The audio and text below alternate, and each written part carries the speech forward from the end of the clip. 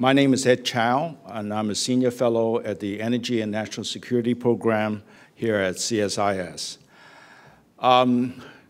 We sure know how to pick our timing because we're knowing that Alan Riley was going to come, and he was with us a couple years ago to talk about the then pending, among other things, the then pending EU investigation of Gazprom's anti-competitive practices.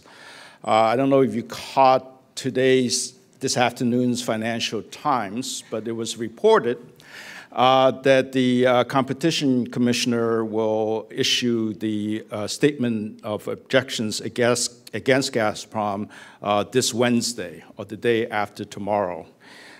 Those of you who read the FT might have seen an article that Alan wrote last week, or it came out last week on the Google case, and where he talked about, among other things, the inclination for the Commission to go for court decisions rather than settlement of anti-competition cases. And it'd be interesting to watch the long delayed now, we've been waiting a year for the statement of objections against Gazprom, what this coming Wednesday, if the reports are correct, will bring. But in any case, it is my distinct pleasure to welcome back to CSIS Professor Alan Riley from the City University of London here with us. And I think given today's news, we might start with the Gazprom case, but we're also going to cover the subject of Ukraine. It goes without saying that Ukraine is facing its greatest crises and challenges since independence more than almost 25 years ago now. Foremost in security, given the annexation of Crimea by Russia and the ongoing hostility in Donbass. The real prospect of financial and economic collapse stemming not just from the current crisis, but from more than 20 years of neglect and malfeasance by Ukrainian political leaders. Many societal challenges, such as widespread corruption and poverty, extreme income disparity, and other social ills. Some have called energy corruption the original sin of modern Ukrainian statehood. Billions of dollars have been siphoned off every year from the Ukrainian energy sector. A country that used to export gas to Russia as recently as the 1970s is dependent on gas imports. The country's abundant energy resources have been hijacked for private gain, and Ukraine is left with the most energy inefficient economy in Europe and a population which is underserved when it comes to energy services. Ukraine's energy insecurity also impacts Europe, since its pipelines still transit 40 to 50% of Russia's gas exports to Europe, depending on whether it's a high demand or low demand year, partly dependent on weather. There are no ready substitutes for this Ukrainian transit in the next, say, 5 years, in spite of Russian declarations to the contrary. When it comes to energy reform for Ukraine, if not now, when?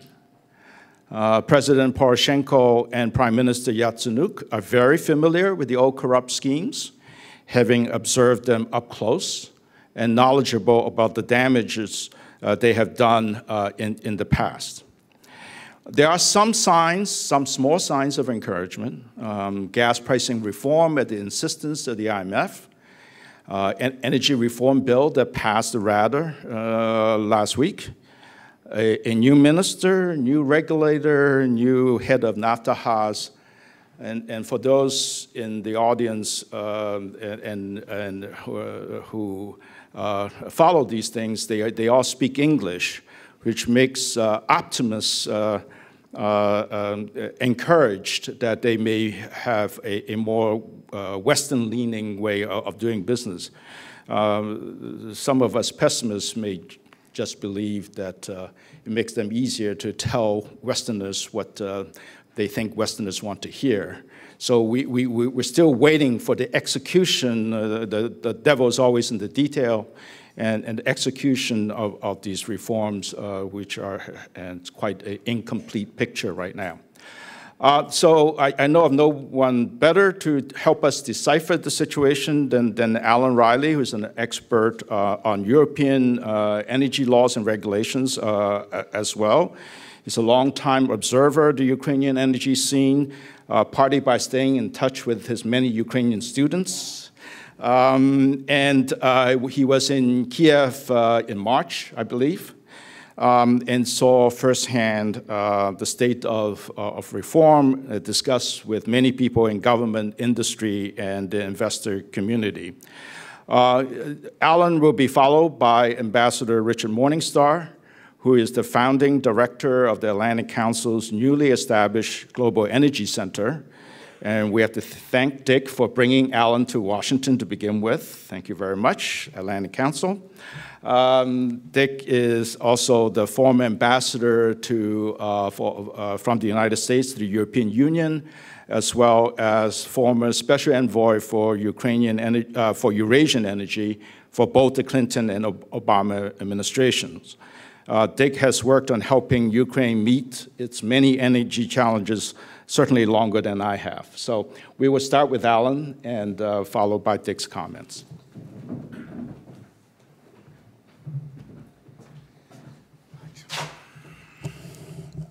Well, good afternoon, ladies and gentlemen, and it's very delightful to be in Washington and at CSIS. And I have to say, the Gazprom antitrust case has been with me for some years now. And I knew this morning, in fact, very early, because I forgot to switch my phone off before I went to bed, and very early this morning the BBC called, and the calls have been going thick and fast ever since. So I think one immediate deduction that we can make is this, that the question that American commentators were asking is there one European antitrust law for American software companies and yet another European antitrust law for Russian gas companies? The answer to that question is clearly no, because last week, as Ed indicated, the Commission launched its antitrust case. It filed charges, what's called the Statement of Objections in EU jargon, with Google. And apparently on Wednesday, the Commission will do the same thing with Gazprom. Now, what I'm going to do is I'm going to talk about the Gazprom antitrust case. I'm going to give a recap. I realize some people in the audience may not know some of the details. They're kind of bare bones of the case. And then I'm going to talk about the implications and where we might go with it. And I'll say a little about why it's taken so long. And then I'm going to look a little about the EU situation, EU supply, and some of the issues which are raised there. And then I'm going to talk about Ukraine. And I'm going to try and wrap it all up. Now, just to recap, the Commission's case was launched in September 2011 with a kind of spectacular launch with a series of dawn raids by the European Commission. I say European dawn raids don't take place at dawn, normally quite civilizedly after breakfast or at 10 a.m. You have a croissant and coffee first before you do the raids. But the Commission launched raids right across Central and Eastern Europe. Gazprom's offices in Berlin and in Prague were raided. And of course, the Commission can take enormous amounts of documentation. They can copy the corporate servers.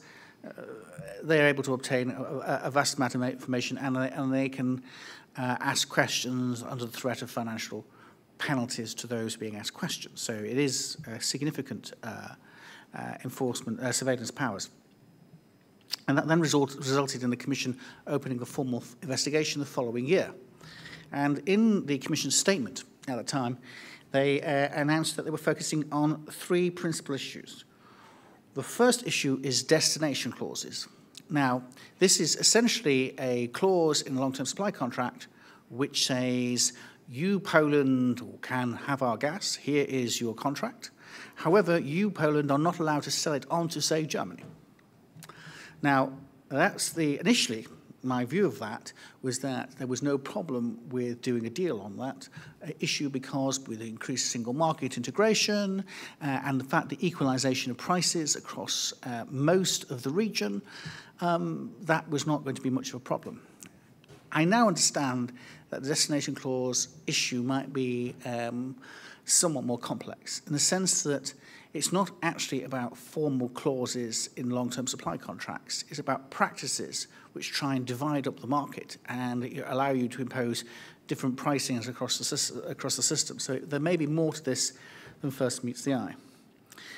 The second issue is denial of third-party access to pipelines and to the market. And Gazprom, as the dominant company, is alleged to have stopped the competitors getting into the market across all the markets for the last decade.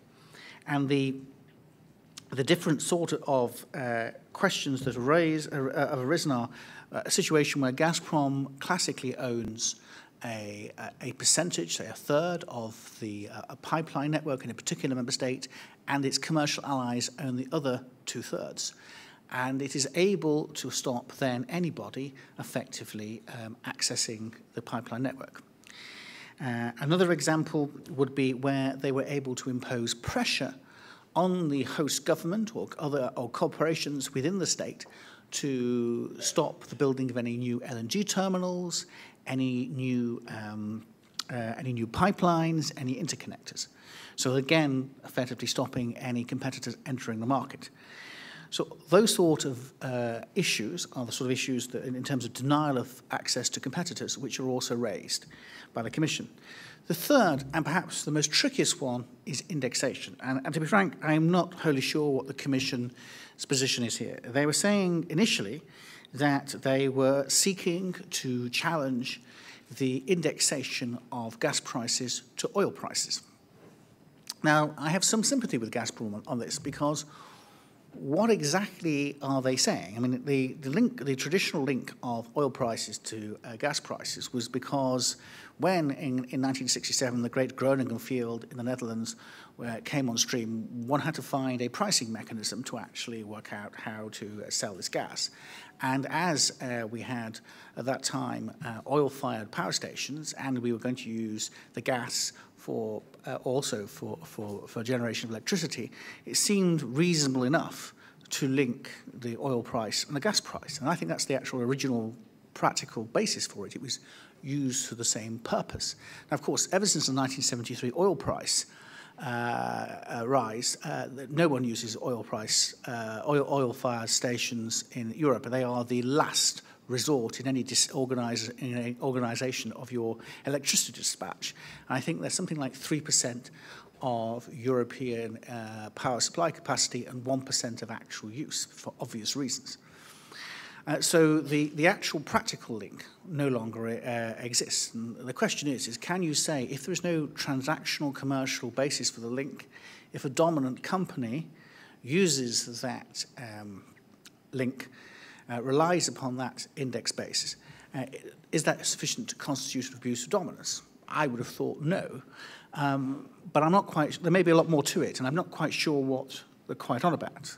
There is another view of this, that it is also, it may well be about price. The other element which is being looked at is considered by DG Comp, which is not in the initial statement, is price discrimination across the Union, which seems to be a much more, I think, potential and hopeful legal route of investigation, which is essentially to say that if you go to the liberalised European market, UK market, probably the most liberalised deep and liquid gas market in Europe, you're paying, shall we say, around $300 per 1,000 cubic metres, whereas substantially closer to Moscow, in Lithuania, before they got their LNG terminal in place, they were paying close to $500 per 1,000 cubic metres. And on no ordinary commercial rationale, beyond the fact that the Baltic states were a gas island who were 100% dependent, could you easily justify that? So I'm not quite sure where this comes in, but the pricing is an interesting issue, and we'll see what DG Comp comes up with. Now, of course, initially, we had the attempt to settle the case in December 2013, and we had a series of meetings with Alexander Medvedev and the officials in DG Comp. My understanding of the situation was that the major issue was over pricing, and there was no resolution. Now, there was a lot of media comment about how big the fine was going to be, and it is true the Commission can fine up to 10% of the turnover of the preceding business year, which would be about, I think currently it would be a $15 billion fine. However, the Commission would not actually impose a fine of that size. I reckon between half a billion and $3 billion, if you look up previous practice. The real point, though, is not any fine. The real point is that if the Commission were to impose remedies on the Commission, on Gazprom, and the remedies which would actually be a potential threat to Gazprom would be as if they were forced to sell pipelines, infrastructure, storage facilities in order to reduce Gazprom's market power in Europe.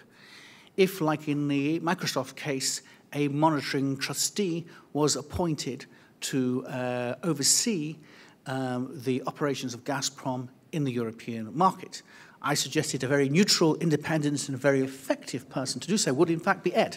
You could be the EU's monitoring trustee. But the you have tremendous penal powers. You can impose further fines. You can do investigations, all under the Commission's prohibition decision.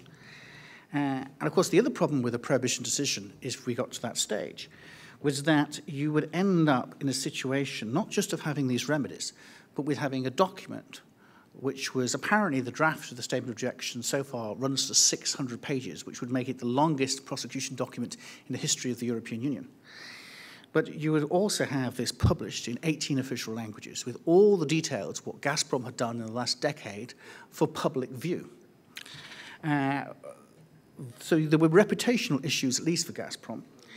There's also the problem that you would trigger almost immediately a series of arbitration claims in Western Europe to challenge the existing pricing structure. Because you see, if the Commission rules that indexation isn't lawful or challenges current price formation, then one of the difficulties for Gazprom is that all of the case only deals with Eastern Europe or Central Eastern Europe. It doesn't deal with Western Europe. But the Western Europeans will be affected by any decision in the Gazprom case for Eastern Europe. It is increasingly a single market. So they will be able to trigger the price review clauses in all of their arbitration contracts to argue downward the price of gas they're currently importing from Russia on the basis of the Commission's prohibition decision. So there's a cascade effect of any prohibition decision. And the cascade effect gets worse than that, because if, say, particularly if indexation is challenged, the danger is that Gazprom will find itself, that decision being used all over the world against all all gas producers. And it's very interesting. When I did a debate with one of Gazprom's lawyers in Brussels in January 2013, as I came out of the debate, I was surrounded by officials from the Chinese mission to the EU. And of course, the point is that they would use the Commission's prohibition decision to deal with all of their LNG suppliers to say, well, if indexation is something that the Europeans don't want and have said is wrong, we don't want it either. So there could be a cascade effect. Now, of course, that may now be offset by lower oil prices, but nevertheless, there is this kind of broader effect and impact of the case. And that's not the end of it. Perhaps the most potential damaging effect, way beyond fines, is the prospect of damages claims on the basis of illegal pricing being brought by states, by state utility companies, by energy-intensive private corporations right across the whole of the European Union. So, I mean, if you did a back-of-the-envelope figure and you said, say, the overcharge since 2004 in Poland, I think Poles pay about $10 billion a year for gas. You say the overcharge is 10%. You do the figures, you think about compound interest. that's one member state. The numbers could get very, very big indeed. So the basic advice I have given to the Russians on several occasions is whatever you do, settle the case. You cannot allow a prohibition decision to be published. This will be very, very bad news indeed. Now, of course, the Commission will apparently on Wednesday issue a statement of objections. Now, you should understand the statement of objections, the antitrust charges are a private document. The Commission will publish a short statement to the public. The 600 pages plus all the annexes of evidence will go to Moscow, and that will be private. We won't see it. And the Commission, all of this is a prosecution under Article 7 of Regulation 1/2003. At any point before the Commission files a prohibition decision, the Gazprom can come forward under Article 9 and seek settlement, what's known as a commitment decision. So the fact that charges have been filed does not mean that there will not yet be a settlement. It is certainly in the interests of Moscow to make a settlement. And you can argue that it's actually easier to make a settlement today than it was in 2012. And one of the reasons for this is, I mentioned earlier, is in relation to the oil price. The oil price has fallen. The arguments around the oil price are much more difficult to make for Gazprom than they were a few years ago. And particularly if you take the view that I tend to take, that we're going to be with low oil prices for at least a while, you've got to ask the question, is it worthwhile for Gazprom to fight on this front? Equally, the European market is being put together. You have energy union on the way. Both its physical interconnections are being strengthened. The third energy package is being employed across the market. So all the points that Gazprom is trying to fight on are actually practically commercially difficult to sustain. So why basically try and defend what is increasingly indefensible and commercially impractical? Why not just do a deal? And I actually think, in truth, if it was just an ordinary company, a deal would be possible.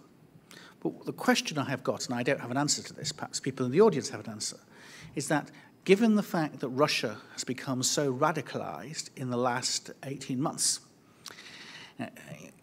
can Alexander Medvedev actually go to Vladimir Putin and say, Vladimir Vladimirovich, the sensible thing here is to do a deal? Do we think, given what we hear from the Russian media and the rhetoric of the Russian political establishment, a deal is possible? If it is correct that a deal is not possible, then we end up with a prohibition decision. And that, I think, if the Commission is launching it in April of 2015, and they give the, shall we say, they give the Russians 4 to 6 months to file a response, you have an oral hearing, so we would be looking probably next year at a prohibition decision. Presumably, diplomatically, after the end of the 2016 heating season. And if we have that decision in place, that will have a profound effect on Russian energy power in Europe. And make no mistake, as the European market becomes more integrated, as we alternative sources of supply, that decision will have a significant diminution in Russian energy power. Now, what do we think do we think the Russians, what sort of reaction do we think we can have from Gazprom? Well, I think they're doing things. What I notice is that there's a selling of Russian energy assets. In Europe, you see Wintershall recently being sold. You see the trading operation moving from London to St. Petersburg. And you see an alternative strategy appearing. One of the arguments I've got at the moment is that you're seeing this Russian capture of Turkey. And one of the real reasons for the Turk Stream decision on the 1st of December was that in October and November, the Russians reduced the supply of gas to Turkey by 50%, causing panic in Ankara. And that was provided a substantial incentive to actually do the deal that the Turks did. They're already 60% dependent on Russian gas, and they're paying higher prices for gas than Ukraine. And there appears to be a Russian strategy to buy a large number of energy assets in Turkey. So you see the potential that you're losing Ukraine, you're losing the European Union, and you bunker down. And you try and hold on to the one country in Europe with growing gas demand if you can. So this appears to be what is happening. How does the EU respond? I think part of it is applying the antitrust case. Partly it's about ensuring we complete the single market and put the interconnections in place. We deal with our weak links. I think Bulgaria is one of them. Brendan Devlin, EU Commission official in the Energy Department, recently pointed out that even when we've been putting funds available on the table to build interconnectors, the Bulgarians haven't been building the interconnectors. And we have to urgently assist Turkey. So I can talk more about the EU issues, but I want to now move on to talking about Ukraine. So how do we judge Ukraine? I think it's very mixed. I think there is good news. One is it is spring. We got through the winter. There were no cut-offs. We survived. So that's a good start. That's in the national anthem. Yes. Cue national anthem. Another success, which has been with EU cooperation, is the reverse flow movement. This is actually buying Russian gas on the EU market, actually sometimes not Russian gas, but usually Russian gas, and reverse flowing it into Ukraine. I want to talk about this a bit because I think it's both been successful. I mean, I think in 2014, Ukraine got about 5 billion cubic meters of gas on reverse flow. But it's got significant potential more, both for Ukraine, other EU states, and the Balkans. And let me explain this. There is an interconnector which runs between Slovakia and Ukraine, which is the main interconnector, has about 80 billion cubic meters of capacity. Most of that is not being used by Gazprom. About half of that's not being used by Gazprom. Now, under EU rules, under the EU liberalisation rules, we have use it or lose it rules. That is, if you don't use it, the regulator can reallocate it on request. And also, because Gazprom is a dominant supplier, if your dominant supplier is sitting on capacity it doesn't use and a competitor wants it, then and refuses it, in prima facie you're in breach of abuse of dominance territory. Nothing has happened about this. I think something has to happen about this because it has a very substantial European and Ukrainian supply security issues attached to it. See, part of it, of course, is that you could potentially reverse flow a large amount of gas, like 30 billion cubic meters on that pipeline. But the other point about it is because of the density of the transit network in Ukraine, you could also take some of that reverse flow gas and, if you like, reverse flow gas. So take it into Ukraine and then take it through the Ukrainian transit system into the Balkans, through Romania and into Bulgaria, and provide alternative supply of gas. And given what I've just said about Turkey, it will be possible to provide gas to Turkey as well through the Ukrainian reverse flow facility. So that's something which I think is very valuable, and we should really try and look at that and develop it, and the EU needs to get its act together on dealing with the problems. The Slovak regulators have not moved on that, despite requests from Ukraine, and it's an area where DG Competition, I think, need to act. Now, that's some of the good stuff. There is some more good stuff. I think you see moves to, you've seen the kind of major move to introduce uniform pricing for gas in Ukraine. Because there is the argument that this is very terrible for poor Ukrainians. But the point people have to understand is that the differential pricing is not for poor Ukrainians, it's for rich Ukrainian oligarchs. Because essentially there is a substantial siphoning off of the gas which was supposed to be for households to various parts of the business elite. So creating uniform pricing cuts out that potential form of corruption And as long as you put in a proper subsidy regime for those who need it, you have a far more socially just outcome. So that's something which is positive, we're moving in the right direction. We've had, as Ed mentioned, the formal introduction of liberalisation into the Ukrainian law. So we're following the EU model of liberalisation. This is a good thing. Now, the difficulty is with all of this is the devil is both in the detail and then in the execution. And it's far from clear that we are going to get to where we want to with this. I mean, one of the problems is that everyone says, oh, there's an energy regulator. This is all very well.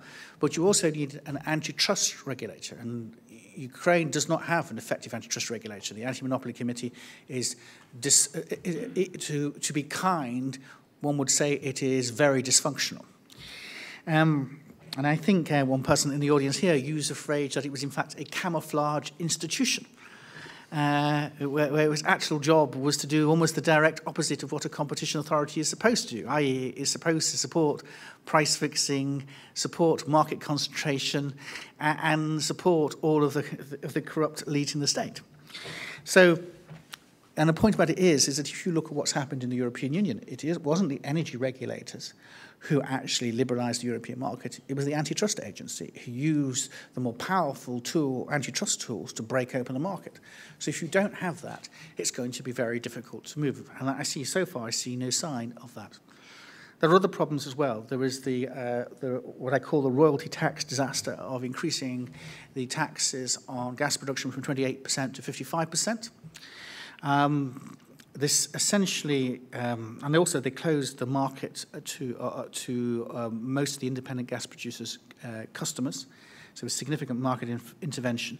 And the effect of that has been that the independent gas producers, faced with a situation where if they produce gas and try to sell it, they would lose money, have not naturally responded by reducing their gas production. So on one side, you've got the Ukrainian government busily talking about reverse flows and going around Europe, trying to get more reverse flow, and they've been quite successful at that, and we're working on that. On the other hand, they introduced a tax regime which suppresses gas production in the country. JXK, quite interestingly, one of the gas producers, a British company, went to Stockholm and, using the expropriation rules of the Energy Charter Treaty, obtained an emergency ruling which actually ruled the increase unlawful. And we'll see how that works out. So the question is what is this? Because one of the issues is what's underlying this. Is this still other forms of energy corruption in the Ukrainian energy sector? Is this the old game being played again? Is the idea that essentially all these companies who are independents, who are operating in the sector, who were trying to produce gas, the idea is to stop them producing gas so they're all in breach of their licenses, and then they can be reallocated to somebody who is some friend of somebody in the government. Is that what's going on? Is the old game being played? I mean, some of the moves against, like Kolomaisky, you can see seem to be reasonable step measures to control over mighty oligarchs. Question of forcing a lot of these very rich and corrupt energy groups to pay for access to networks seems reasonable. But then again, how reasonable is it to reopen privatizations like Akhmetov's privatizations? Is this another attempt to play all of the old games of oligarchic reallocation of assets in the Ukrainian energy sector? And the concern is that this is essentially what we're looking at is one side steps to reform, and on another side, all the old games being played. And the danger of this is that they lose, first of all, they don't get any investment in the country. As Ed mentioned, I was at the Ukrainian Energy Forum in Kiev in March. And what you could see was that the royalty tax issue was destroying any interest or discussion of foreign investors in contemplating investment. There's no point in even having a discussion about Ukrainian shale gas or secondary gas fields or any form of investment when you see something like the royalty tax issue arising. So I think there are a lot of questions in the Ukraine about what is really going on, who is doing it, why it is being done. And the concern I've got is that we are trying to help save Ukraine. The West is putting in, the IMF's put in $17 billion. There's a huge amount of support and goodwill. And I worry sometimes that what we're seeing is a rerun of the White Guards. Remember, during the Russian Revolution, the White Guards, the aristocrats, the ex-aristocrats were busily trying to fight the Red Guards, and British, French, and American troops were in various parts of the Russian Empire supporting the White Guards. But the White Guards were a group of people who learnt nothing and know nothing. So when they took over a territory, they reimposed Tsarist rule and control of the serfs, who not unnaturally rather objected to this. And as a consequence, they supported the Red Guards, and the result was history, and the complete inability of the White Guards to learn that there had been a revolution, there was a reason for a revolution, and they needed to change, was lost on them. They could not bring themselves to do that. And what I worry with the oligarchs is that they don't understand that the Maidan has happened. They don't understand that people have lost their lives. They don't understand that there is a war on, and that change is possible. And equally, the West will not ultimately put up with this unwillingness to reform. I said, on the other side to this, we do have this, there are very strong reformists in the government, and they are pushing. But clearly what we have to do is strongly support the reformist elements within the government. And I want to make one practical proposal. One of the institutions which exists is the energy community, which supplies the EU's energy rules, energy and competition and environmental rules, to the states of Southeast Balkans and Moldova and Ukraine. I have actually written about this previously, but one of my proposals is that we should Europeanize the energy community, because the energy community only really provides the actual text of the EU rules. It doesn't provide the institutional and constitutional support. So my proposal was that the Ukrainians should sign a special protocol with the energy community, which would turn the Energy Secretariat, which is currently based in Vienna, into having full European Commission powers, and create an energy court, so we can put it in Kiev, which would basically have international judges as well as clean Ukrainian judges, and we would use that to enforce the full application of the EU's energy acquis across the territory of Ukraine, in order to actually ensure that the energy market was fully opened up and international investors could rely upon that, and we could see change and reform actually happening. I think that's one way, one particular thing I was going to mention. There are lots of other questions that I could look at in relation to the Ukrainian energy market, but perhaps the best thing is, I've been talking for about 45 minutes, will be to hear from Dick and then perhaps have some Q&A. Okay, thank you. Thank you very much, Alan. Dick, time for reform in Ukraine? Well, first of all, you said I should sit, right? Up to you. Okay, well then I'll sit. First of all, I'm a little bit, feel a little bit humbled following both Ed and Alan, because they both know a lot more about Ukraine than I do at this point. But I will make a few points.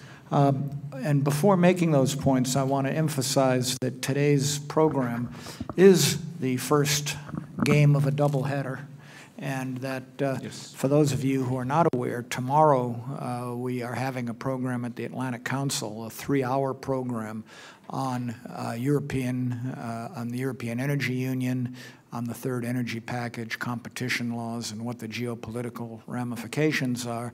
And I will say that of the 8 people participating, 6, including me, are in this room right now. So it really is the first game of a doubleheader, because there'll be Ed, Alan, Bud Coote, John Roberts, who came in, Brenda Schaefer, and don't tell me, who am I forgetting?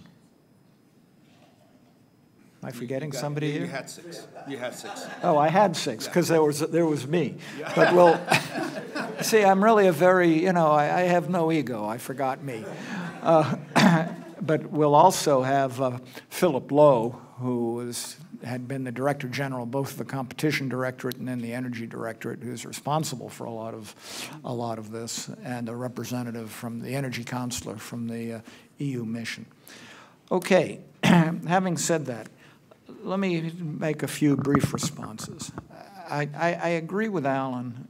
In fact, I agree with virtually everything he said. But I do think that the decision to file a competition case or charges against Gazprom is tremendously important, even beyond saying that what's good for Google is good for Gazprom.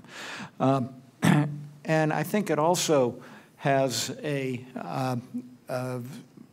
significant relationship regarding Ukraine. I mean, one of the things that I feel very strongly about, and I'll say again tomorrow, I think, and have said in the past, there's a lot of things that the EU can do to improve its energy security, but I think the number one priority is following their own laws.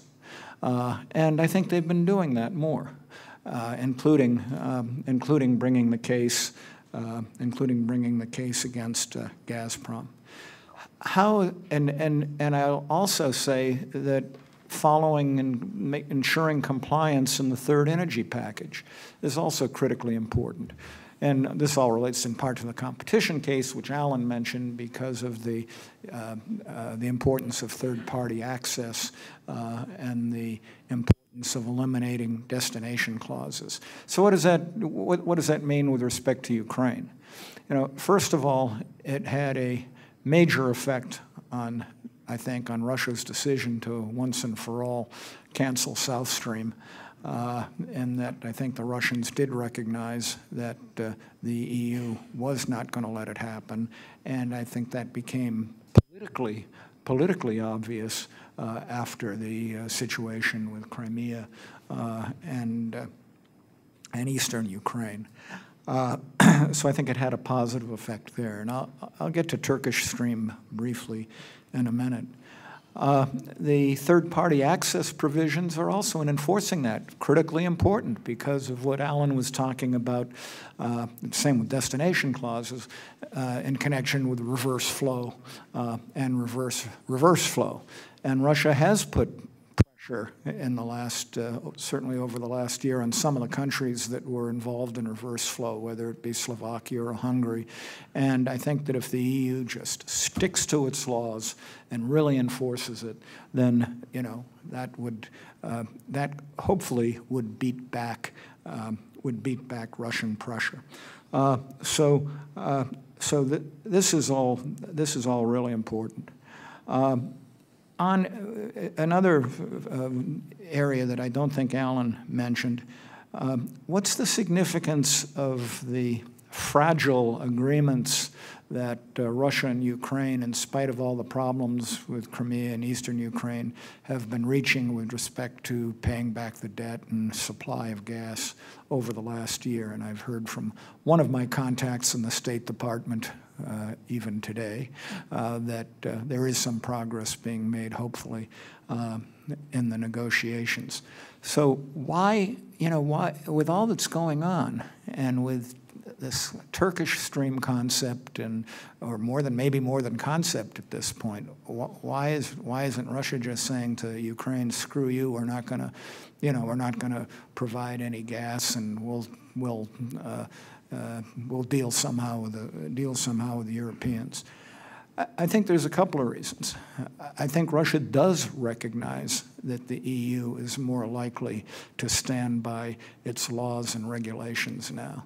And I think Russia does need Ukraine for transit, at least through 2019, and I would guess for a long time after that. Russia can't risk its gas supply to Europe, and having some accommodation with Ukraine is necessary in order to guarantee that. Russia needs however they get paid, euro that it can get right now, given its economic difficulties. And I think Russia, I hope, at least on their rational side, recognizes that the Turkish Stream concept, although interesting, that there are problems with respect to that they can't count on totally being able to avoid Ukraine because of Turkish Stream. We have to remember, one, that the first pipeline would simply replace existing gas going to Turkey. And second, assuming they build the second pipeline, that's 15 BCM. A lot more is going through, although less than in the past, a lot more is going through Ukraine than that. And that there's Turkish Stream poses its own legal problems.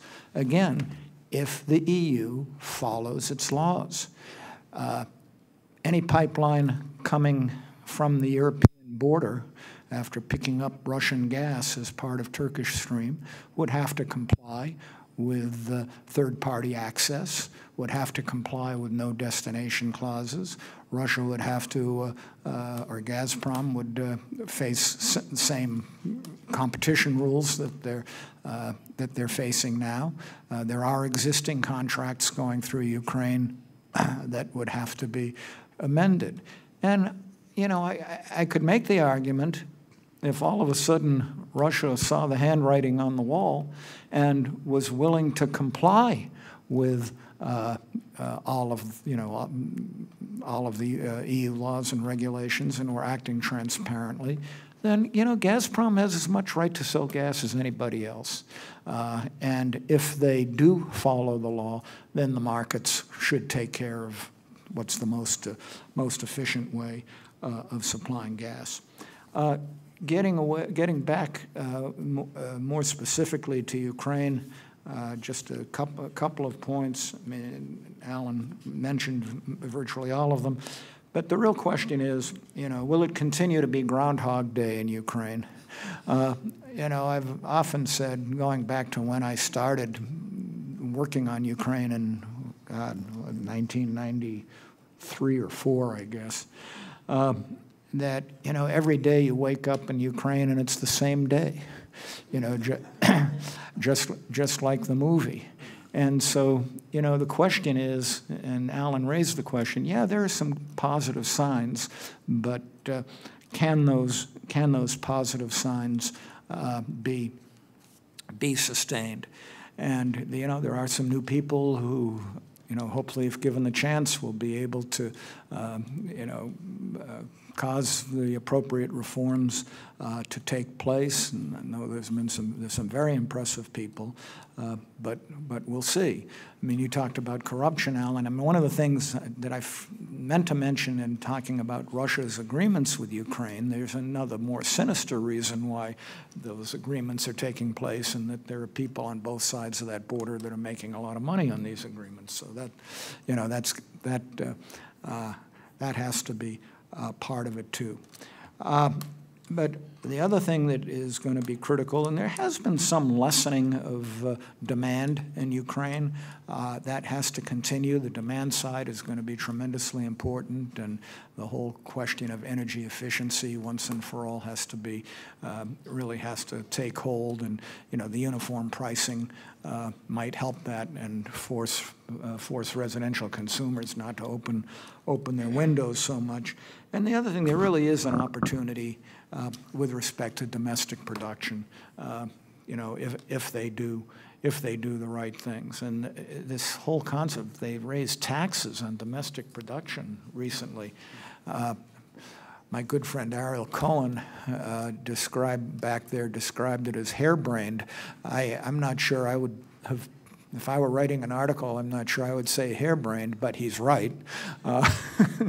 And it does, you know, it does seem sort of crazy when it's so important, you know, it's so important to increase production and to create, you know, and create an atmosphere for investment, although admittedly, that I think investment it's going to be a while given the political difficulties in Ukraine, and that's going to have to stabilize.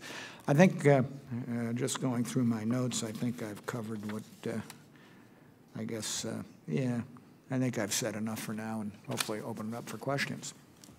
Thank you, Dick. I guess I would describe you as cautiously optimistic then, because you might remember in the movie Groundhog Day that the character that Bill Murray played actually did learn at the end to be a nicer person after having made every mistake that you can possibly imagine first. And that may be the case for Ukraine as well. Alan, is the current state of the antitrust case, given, as you said, that in some ways market conditions have shifted, in some ways Gazprom's own business practices have changed just in the past few months, is it really about future remedies, or is it really about penalties for anti-competitive practices in the past?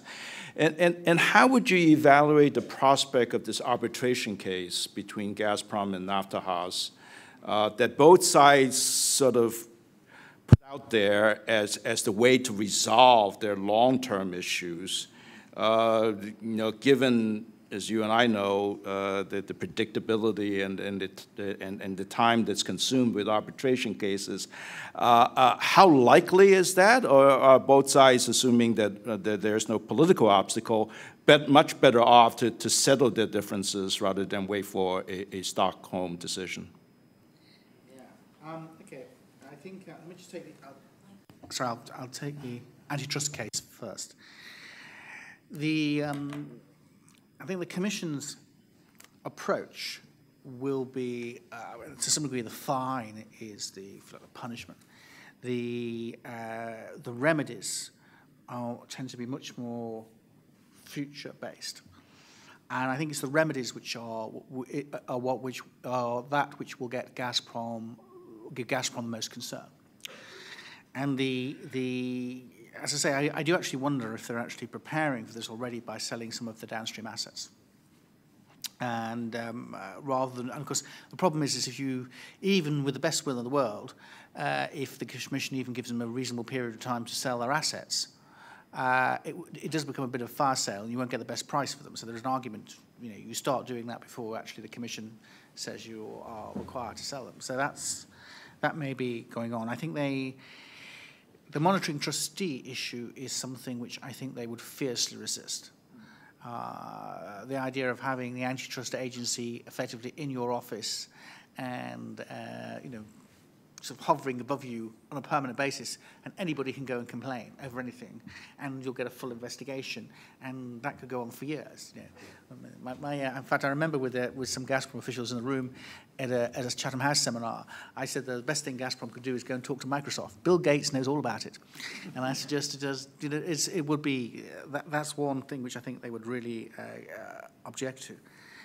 But I think that's partly it depends. We don't know the scale of what they found in the cases. I know some of the issues, you talk to a lot of lawyers who've dealt with a lot of cases, a lot of officials from a lot of companies across Europe. They give you a view of what has gone on. And we can talk about destination clauses and the interaction between those and take-and-pay clauses and so forth, and the process of nature and whatever. But all the detail, the granular detail, we don't have. So it's difficult, and of course the Commission will shape their remedies around the detail of the case, which we just to say is not available. So we will see, but we can see that that's the sort of thing that we're probably looking at. Clearly the pricing issue, if they were to rule indexation was unlawful, there are two issues to that. I actually think, given the fact the oil price has fallen, that's not going forward, that's not too much of a problem. The real problem is the prospect of damages claims. And that's from the historic liability. And that could get, and the thing about that is in many ways, abuse of dominance damages claims are the worst thing possible.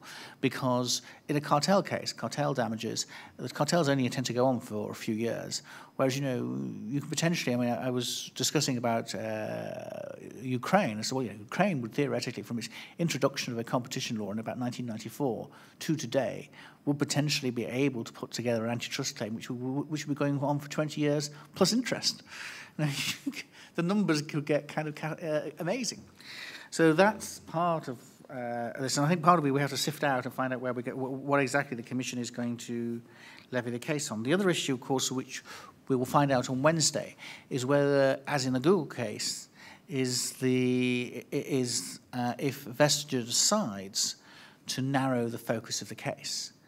And what I'm wondering about is whether or not she might drop the pricing issue to focus on the denial of third-party access and the destination clauses. Because that would give the advantage of that is that it would give the Commission, it would give Gazprom effectively no room to argue on the basis of assume that the Commission has the evidence. These are very straightforward legal tests, depending on the evidence you've got. It is very well-known case law. You can apply the case and run the case. And then it would be very different. Gazprom should then settle. If they didn't settle, they would be prosecuted and they would lose. And that would be, so that may be one option for the Commission in this. We shall see.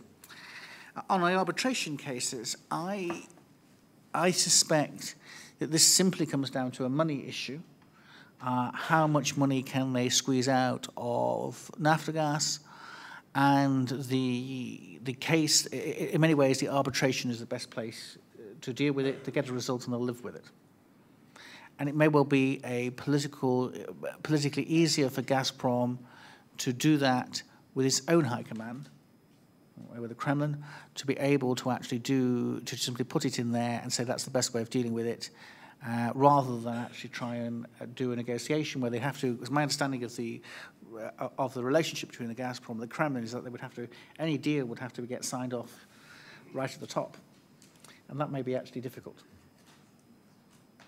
I guess the problem is that the dollar amounts are potentially huge. I mean, beyond the capabilities of the Ukrainian state, given that it's not only a pricing dispute, but also a dispute over the take-or-pay volumes that Ukraine has underperformed on for many years. Yeah. Well, the problem for Gazprom, the other issue, which I should also say, is that technically one of the difficulties for Gazprom, and one of the reasons why initially I wondered why they would do this, is that the danger is the interaction of destination clauses and take-or-pay clauses is incredibly oppressive. And I am far from convinced that arbitrators would support Gazprom in the take-or-pay clauses, in supporting take-or-pay in connection with a destination clause. And if that is the case, I think we're getting a ruling which said it was unlawful, it was oppressive and struck out, will be very damaging for Gazprom, because it would also apply to all this other continent. Everyone, but then there'd be more price reviews across the whole continent. So you can see where that would be. Well, we shall see. I'm not sure how it goes. Thank you. We have slightly less than half an hour for questions and discussion. So please wait for the microphone if you have a question, and if you have a statement to make, that's fine. Just make it short. And if you can end with a question mark, that would be helpful as well. John Roberts up front. And please state who you are. John Roberts with the Atlantic Council. Well, we're being filmed. It's a question for Alan. South Stream would have enabled Gazprom to deliver gas to its customers in Central Europe, and there would have been no bar from the European Union to giving it the necessary exemption for its initial deliveries before any question of third-party access had to be applied. Now that the Russians have abandoned South Stream, how will Gazprom get its gas to customers in Central Europe? And is it impacted by the fact that it is contracted to deliver to specific countries, but in fact only has control of the gas until it reaches the EU borders? Does it have to reach commercial contracts for use of pipelines in Europe? And what happens if those pipelines aren't available? I think there are a whole number of questions there, in fact. But let me try and unpack some of this. I think the issue of exemption is really quite interesting. Gazprom complains that it's very unfair, they should have exemptions, and it gives, I've been in a debate with Gazprom officials, and they give a list of all the exemptions from the third energy package, which are applied to various bits of European infrastructure, largely LNG terminals. And they go, this is very, very unfair. We don't get an exemption. And I think the answers to that are twofold. One is, you do actually have to apply for an exemption in order to get one. There's a small detail. The second is that the problem with South Stream and the problem with Turk Stream is that, and which distinguishes it from all of the other energy projects, is that it is not new gas. It is not increasing supply to the European market. It is merely diverting supply from one point of entry to another point of entry. So there is a distinction which does allow the Commission to potentially veto any exemption. And my suspicion of why, one of the reasons, there are a couple of reasons. One is that Gazprom didn't want to actually get itself tied up in EU regulation and wanted to find itself a way around it. But the second reason is that their lawyers advised them that if they really applied for an exemption, they would lose on this not actually providing new competition provision of the gas directive. And I think that is where I think that's part of what's going on. The other problem they've got with Turk Stream, and in fact they had also with South Stream, was that the contracts, the long-term supply contracts, which Gazprom has with all of its various European customers, nominate routes of supply, most of which are through Ukraine. So the difficulty is you cannot, without negotiation, simply divert the gas supply to some other direction. So this is a how do you get around this? And that is I think a real problem for Gazprom. Now with South Stream, one of the advantages was that it brought it directly into the European market and plugged it into the European system. Obviously there was significant infrastructure build, but you could do that. If, of course, you got permission to use the gas network, and you could actually the Commission agreed. With Turk Stream, what Alexei Miller is saying is that they're going to stop it, they're going to build it to the European border, and then it was almost as if the EU is going to come in and pick it up in trucks or something, I don't know how.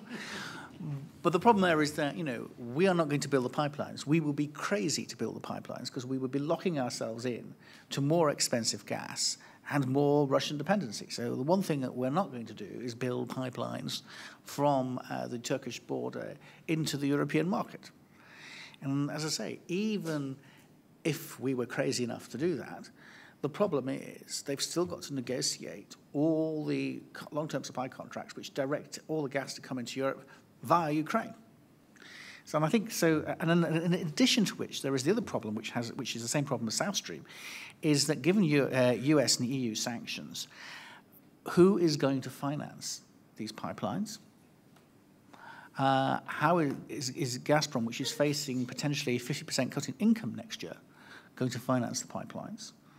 Gazprom is supposed to be building Turk Stream, building the pipelines to China, one of which one Gazprom official suggested to me was going to be so expensive we should call it Gold Stream. So how on earth does this work?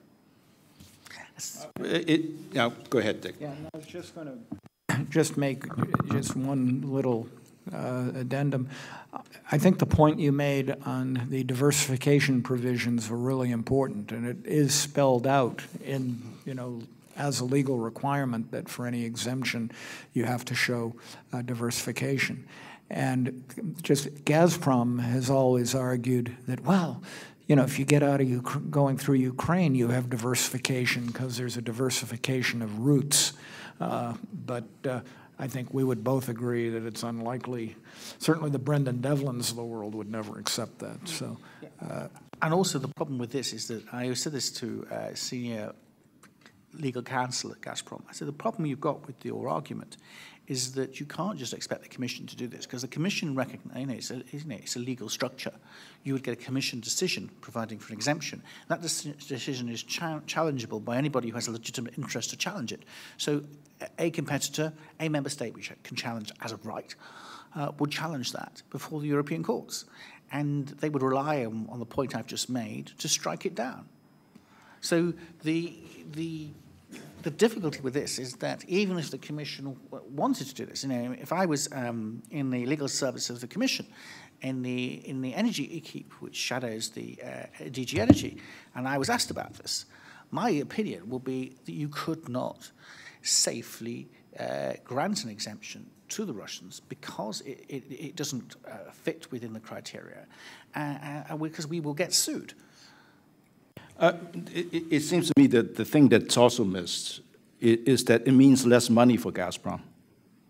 I mean, to build new expensive infrastructure in order to move the same gas means either a lower netback to wellhead or a higher price for the consumer. I mean, there are only two ways of paying for that expensive transportation cost rather than using old pipes. And the difference with Power Siberia, at least conceptually, is that it's new gas from two new gas fields that otherwise would be stranded to move to a new market. Now, it may not be a very good project either, but at least it has that justification, whereas moving old gas to the same market through more circuitous, expensive route is a loser financially for Gazprom. Patrick, did you have a question? Then the gentleman there.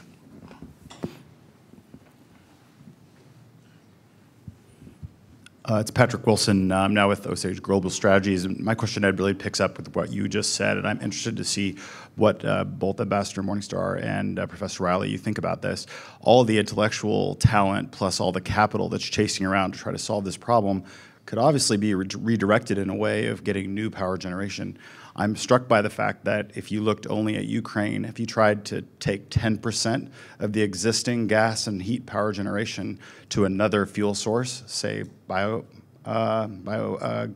or I think it's less attractive than just biomass, pure and simple, you could permanently move Ukraine off of any kind of gas, and then you don't have to have, and I've heard it estimated you could do 10% for less than $5 billion. Then you're looking at 40 years of no gas, plus a whole new market for a new fuel.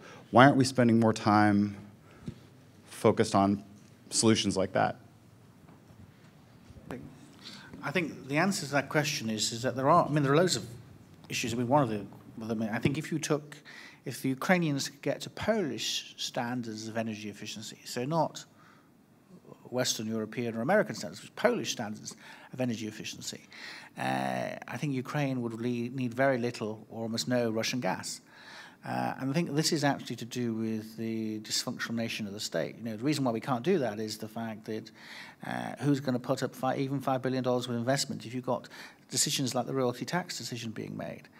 And I think that's part of the trouble here is that, and again, sometimes I think, as I said earlier, the elites don't appreciate the damage they do to all of this. You hear on one side Prime Minister Yatsenuk supporting the royalty tax. On the other side, he's going around asking for foreign investment. Well, the two don't connect. You can't actually make this work unless you carry out reform. There are I actually think if we actually reform, Ukraine has an enormous possibility with the energy sector. I mean, I've been somewhat negative, but let me just be really positive for a moment. If we can reform this, if the West can support Ukraine, and we can get the reforms effective and through and executed, then the potential is absolutely enormous. We can massively reduce energy use in Ukraine. Ukraine was the original home of the Soviet gas industry. It has enormous amounts of oil and gas resources which we could produce. We could turn Ukraine into a net exporter of gas into the European Union. It has got the largest storage facilities in Europe. They get 30 billion cubic meters. They could be extended to 5 billion cubic meters. It's got the largest transit network, 40,000 kilometers. It's got all this gas supply as well. It could create the liquid trading hub for Central and Eastern Europe. The Kiev price will become the dominant price for gas on the hub for the whole region, and even the Russians would have to follow it. And we would have a much more secure supply situation for the whole region. And that is the potential of what we could do. But we need to be able to do these reforms. This is a huge barrier, and hopefully we can transform it. The opportunities and the potential is absolutely enormous. But people have been saying this since 1990.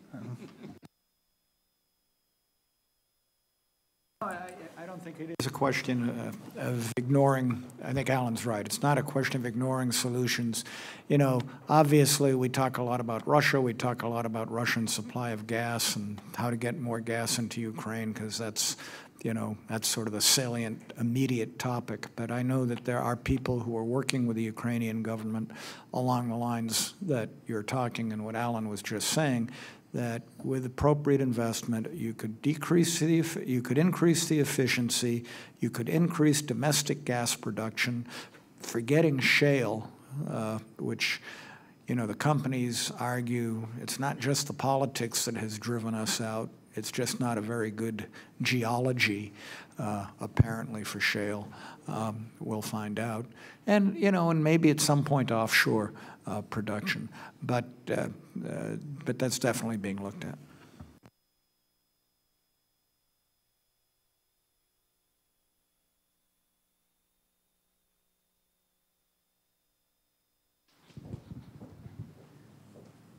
I'm going to group a couple of questions so that we make sure we get through them all.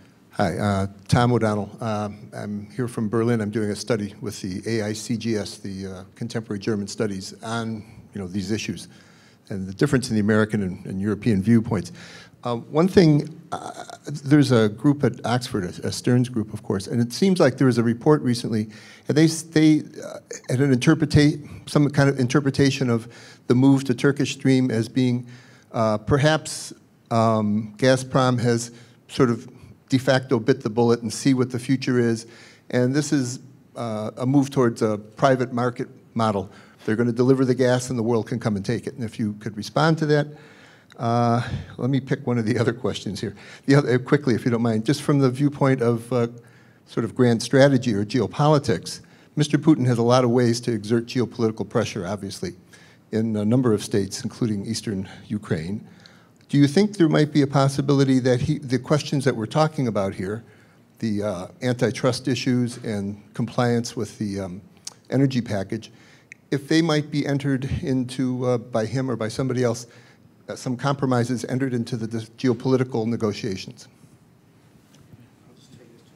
Hold on one second.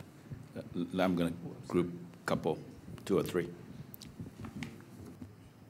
Thank you, Irina Palishvili, Ukrainian Legal Group. And my question to Alan, when you said there is a mixed bag in Ukraine record, where are you placing this mixed bag? On which side the new law on gas market, which was adopted recently with a very strong input from Energy Community Secretariat, and I think they're satisfied, and unbundling Naftogaz. And second, at the end of last year, Yatsenyuk very strongly promoted the idea of consortium to run the gas transportation system, which includes also huge storage. This idea sort of faded a little bit. I don't know why, but with reverse, maybe that's a good idea to come back to.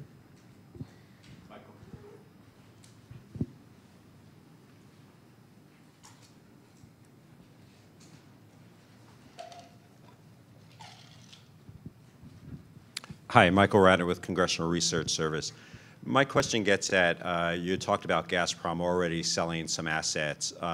In the future, I guess, what would prevent Russia or Gazprom from, or a new company being formed, let's call it Nukoprom, and Russia and Gazprom putting in certain assets into that, but if ultimately it reports up to the Kremlin, does it really matter if the assets are being controlled by other Russian companies? Let me take you through all of that. I'm actually going to start with your question first. Nukoprom. This is a version of another story I heard I can't tell you which foreign minister asked me this, but I don't know whether he heard it from the Russians or from his intelligence services. But what he said to me was that he had heard that one idea of Gazprom to deal with the antitrust case was simply to bankrupt the company, and then that would escape all this the antitrust rules. And I had to explain that neither you can't do that in the United States, because the DOJ would be very upset indeed. And you can't do that in Europe either, because DG Comp would be very upset. And in both cases, what we would do, we would trace into the assets and into their holder. We don't take a legally, in antitrust law, both in Europe and the States, you don't take a legally formalist approach to the subject. You can actually go behind the corporate shield and go to the ultimate owners and controllers of the assets. So any kind of bankruptcy and creating a new company wouldn't work. Any new comprom would not work either. And in fact, I pointed out one of the very bad points about bankruptcy was that it would immediately trigger default on all your long-term supply contracts, meaning that all those oppressive take-and-pay clauses and destination clauses would no longer be applied, which would be very bad indeed from Gazprom's point of view. So I'm quite sure Clearys, who are their lawyers, made all those points to them as well. So they're not going to do that. So I think that's interesting. I would agree. On the Irina's point about the new law, I think the new law is definitely on the good side of the ledger. It's moving in the right direction. My question is really it's going to be in the detail and execution and the creation of the market codes and actually in enforcement. And as I say, I do worry about the lack of an effective antitrust regulator to support the energy regulator.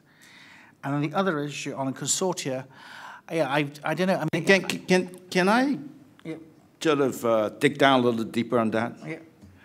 Why is unbundling the gas transmission system and the underground storage company a good thing? From a Ukrainian point of view, never mind that that's the fashion, unbundling is the fashionable thing to do in Europe, but from a Ukrainian point of view, isn't it more urgent to break up the horizontal monopolies on production of both electricity and oil and gas than it is to break up vertical integration that actually made some commercial sense? Well, I think the argument I would say is that the initial liberalisation proposals are necessary but not sufficient, and I entirely agree with you. And I think at least what you're doing then is creating transparency in the sector, which has been riddled with corruption. And I think that is one of the major advantages of this. Is I think, if you like, what is the Ukrainian USP for liberalisation? In Europe, it's largely about more open competition and so forth for the allowing new suppliers in. And that also applies to Ukraine. But I think the big thing for Ukraine is the corruption issue, is that it's much more difficult to run a corrupt system if you've unbundled a network and you've got an independent regulator. I mean, it makes it much more tricky to do that sort of thing. But of course, that's one of the reasons why I argue for an antitrust regulator, is that actually they would be able to actually go after the utilities. And of course, one of the things that DG Comp did during the energy sector inquiry, before the energy sector inquiry in Central and Eastern Europe, which is Gazprom case it's part of, there was an energy sector inquiry in West Europe. And one of the things that the Commission did was they actually forced the breakup of networks and forced suppliers to break up as part of the antitrust case that they ran about against these companies. So it's the antitrust issues which are there, and that's why not having an anti-monopoly committee which works is actually an issue. But certainly one of my worries actually about Ukrainian reform is that PIGNIG, I think what I worry about is that they would end up being a bit like the Polish reforms, that essentially you end up with liberalisation which formally follows the EU rules, but you end up with this incredibly powerful, dominant energy company which actually undermines the performance in the energy sector in Poland, and that could actually happen in Ukraine as well. There, again, the other side of that question is that at least it would be better than it currently is, but still it wouldn't be it was nowhere near optimal. So I think there's that. And on Turk Stream, can you play antitrust? Can you play geopolitical games with antitrust law? That's the answer to that is no. The best example of that is actually in Daniel Jurgen's book, The Prize, when he describes in the 1950s the State Department trying to get all the energy companies together to support a ring against Iran. Basically they all said, it's okay for the State Department to say this, but we know we will then get prosecuted by the DOJ. So, you must be joking. And the problem with the playing geopolitics with this is that the antitrust lawyers and the antitrust regulators on both sides of the Atlantic won't play ball. And the difficulty is because of the legal constitutional structures in Europe where antitrust law is effectively a constitutional provision, there is just no way around playing it. Because, of course, if DG Comp were to play that game, which they wouldn't do, if they were to play that game, they would get sued. And, the whole thing just, there's actually a particular constitutional provision in the EU treaties of action for failure to act. So there is, which could be used. And you just don't want to get in that position if you're a robust antitrust regulator. I think that's everything. Yeah. A couple of points. The question on picking it up, was Miller just basically saying, hey, we'll bring it to the border and, pick it up and do with it as you will if you want our gas.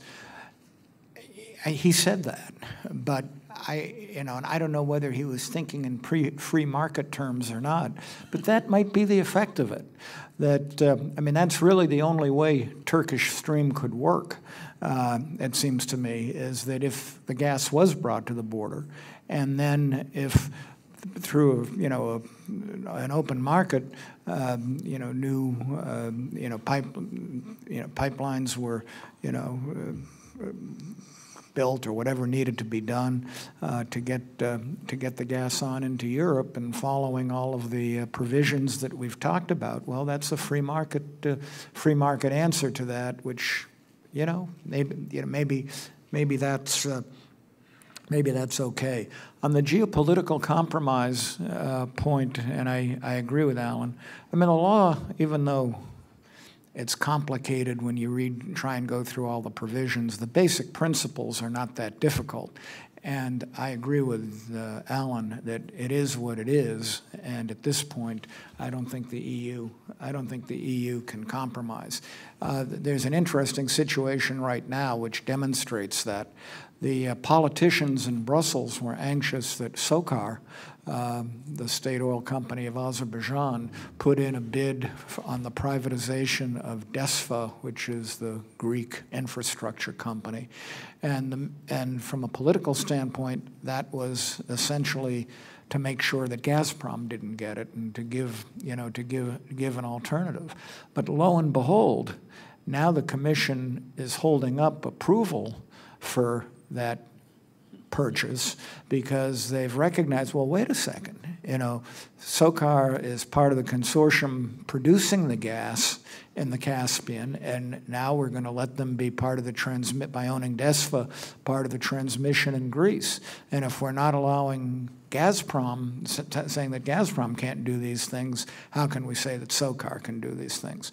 It's sort of a bizarre situation for the Azerbaijanis, but and I had for months I'd been saying to myself, God, what are these dumb people in Brussels doing? But then, when you think it through from a precedent standpoint, they may be right.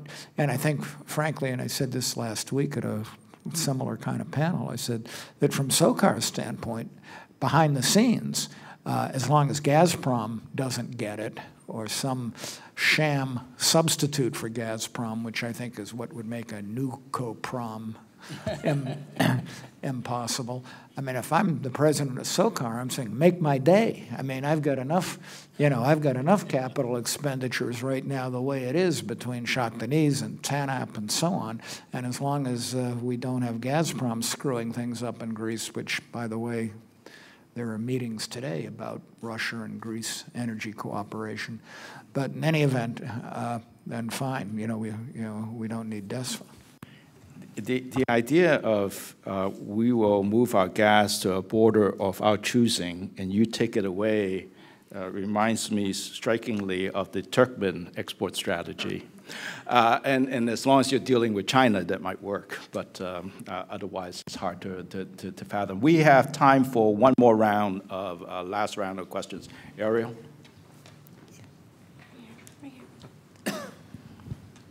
Thank you. Ariel Cohen, Center for Energy, Natural Resources, and Geopolitics. Just to follow up on what Richard was discussing, number one, do you discern a position in Brussels today about this Russian scheme? And I will not use harebrained because I don't know enough about its outlook of building this terminal near the border of their choosing, be it Bulgarian or Greek.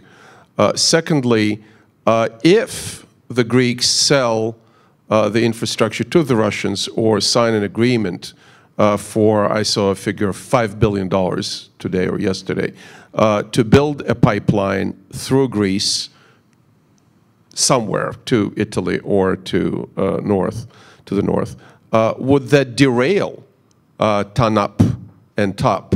Is there a direct competition, and is the Russian strategy to kill the Azeri source of gas? And finally, what does it tell us about Gazprom as a company? Good ideas. I'll write about some of them. What does it tell us about Gazprom? Gazprom is giving, the last dividend was 4.2%. Yeah, it was close to 5%, and it trades at 4. The PE is 4. It would be an attractive company if the strategy was good, but the strategy, as you're telling us, is horrible. Let me add to Ariel's compound question. The way the Greek officials have been talking about this non-deal with Russia, it almost sounded like a transit fee.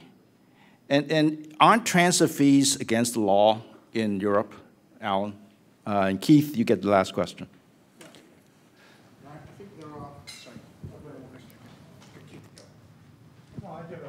My question is an easy one, and that's, what are the chances of a European energy market? We've been talking about this for a long time. A lot of people are for it. You've got strong opposition by Hungarians and others. What are the chances of a real energy market, EU energy market? Ed just said, come tomorrow.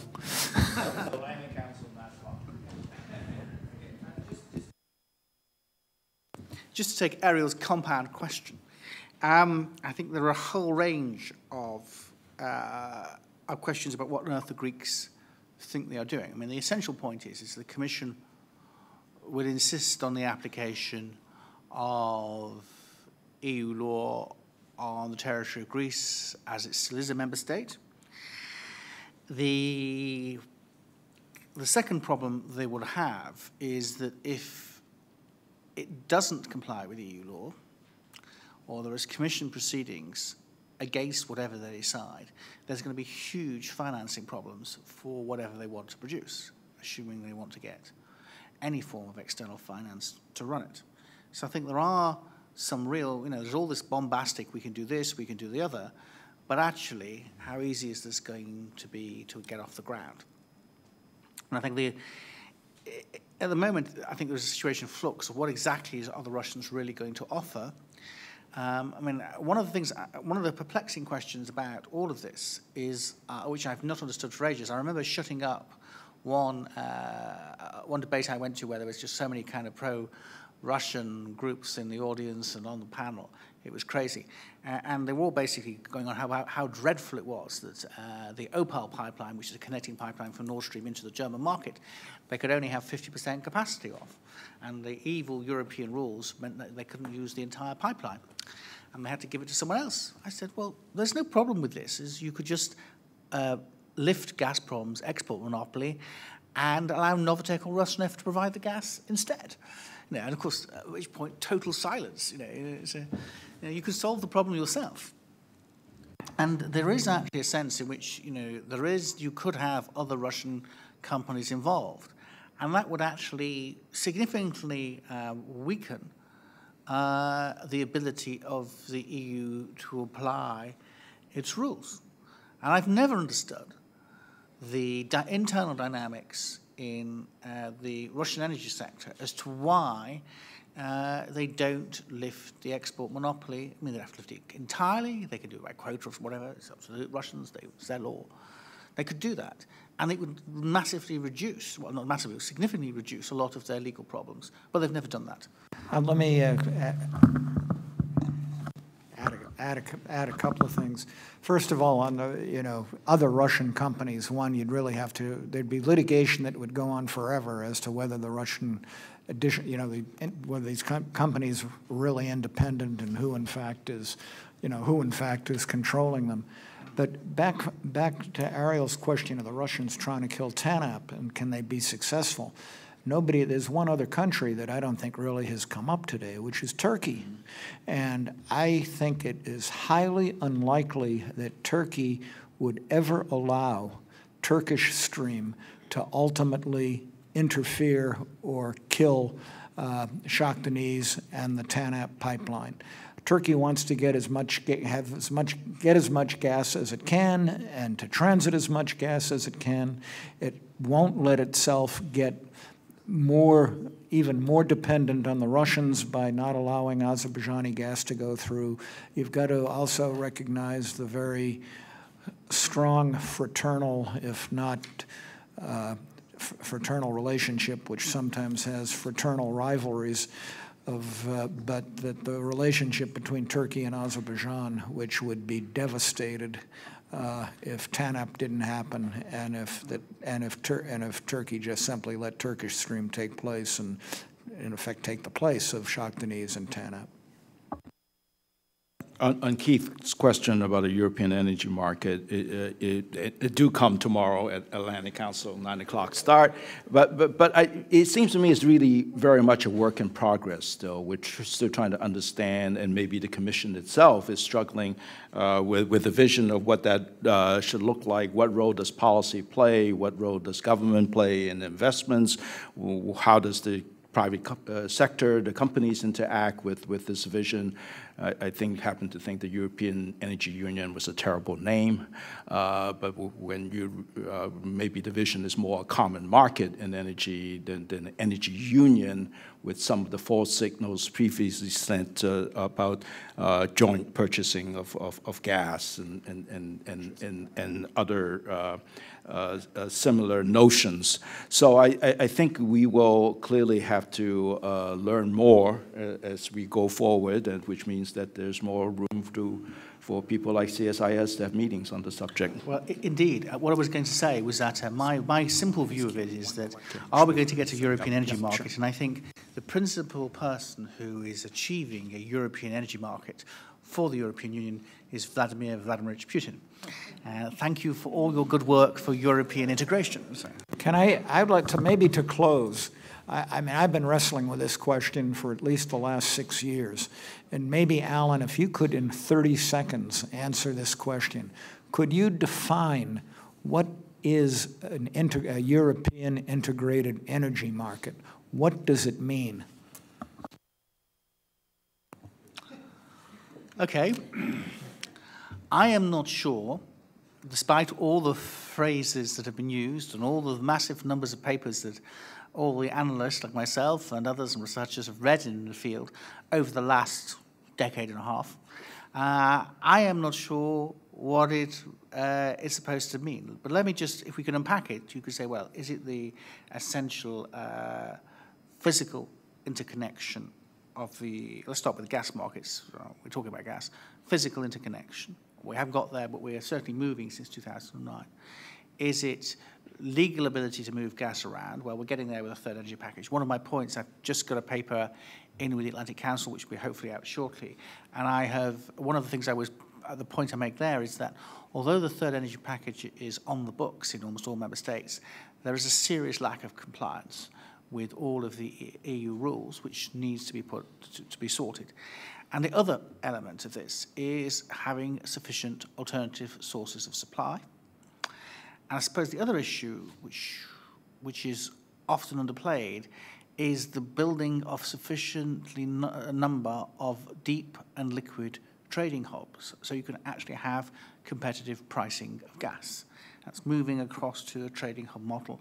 Now, it already exists. It does exist in part of Europe. Northwestern Europe is essentially an open, liberal trading market for gas. And it's it's not theoretical. It exists now. The French finally, because one of the other major barriers to European supply in Europe is between France and Spain. Largely about the French are terribly worried that gas to France will find the Spanish coming across coming across the Pyrenees with huge amounts of cheap liquid natural gas. They've got the largest LNG capacity in Europe, about 60 billion cubic meters of LNG capacity. And actually that could provide gas all the way to Ukraine and help the East Europeans. But of course the blockage there is the French. Now they can only at the moment export about 7 billion cubic meters of gas. And that could be another potential supply issue there. So there are all these political different issues across the continent. And one of the other points I think is to make is that there is a terrible tendency to blame the Russians for everything. And there is actually, well, why not? Yeah. But actually, the trouble with the reason why the third energy package has not been applied across the whole of Europe and why a lot of interconnectors have never been built is actually because a lot of domestic utilities work out is that free market liberal competition is great for consumers, but it's not great for utility companies. And actually having a disconnected market where you do a deal with the Russians, and the Russians do really well out of it, but you do really well as well. And the only people get shafted are the consumers, and that's okay. And so that's part of the problem here, is that you've also got utility resistance and all incumbent resistance, as well as the Russian political games being played. I really want to thank you for that answer, because I had just wanted to make sure that I was not totally stupid and missing some kind of magic formula as to what it all meant. Well, this has been a fascinating discussion. Thank you, Alan, for coming from London, and thank you, Ambassador Morningstar.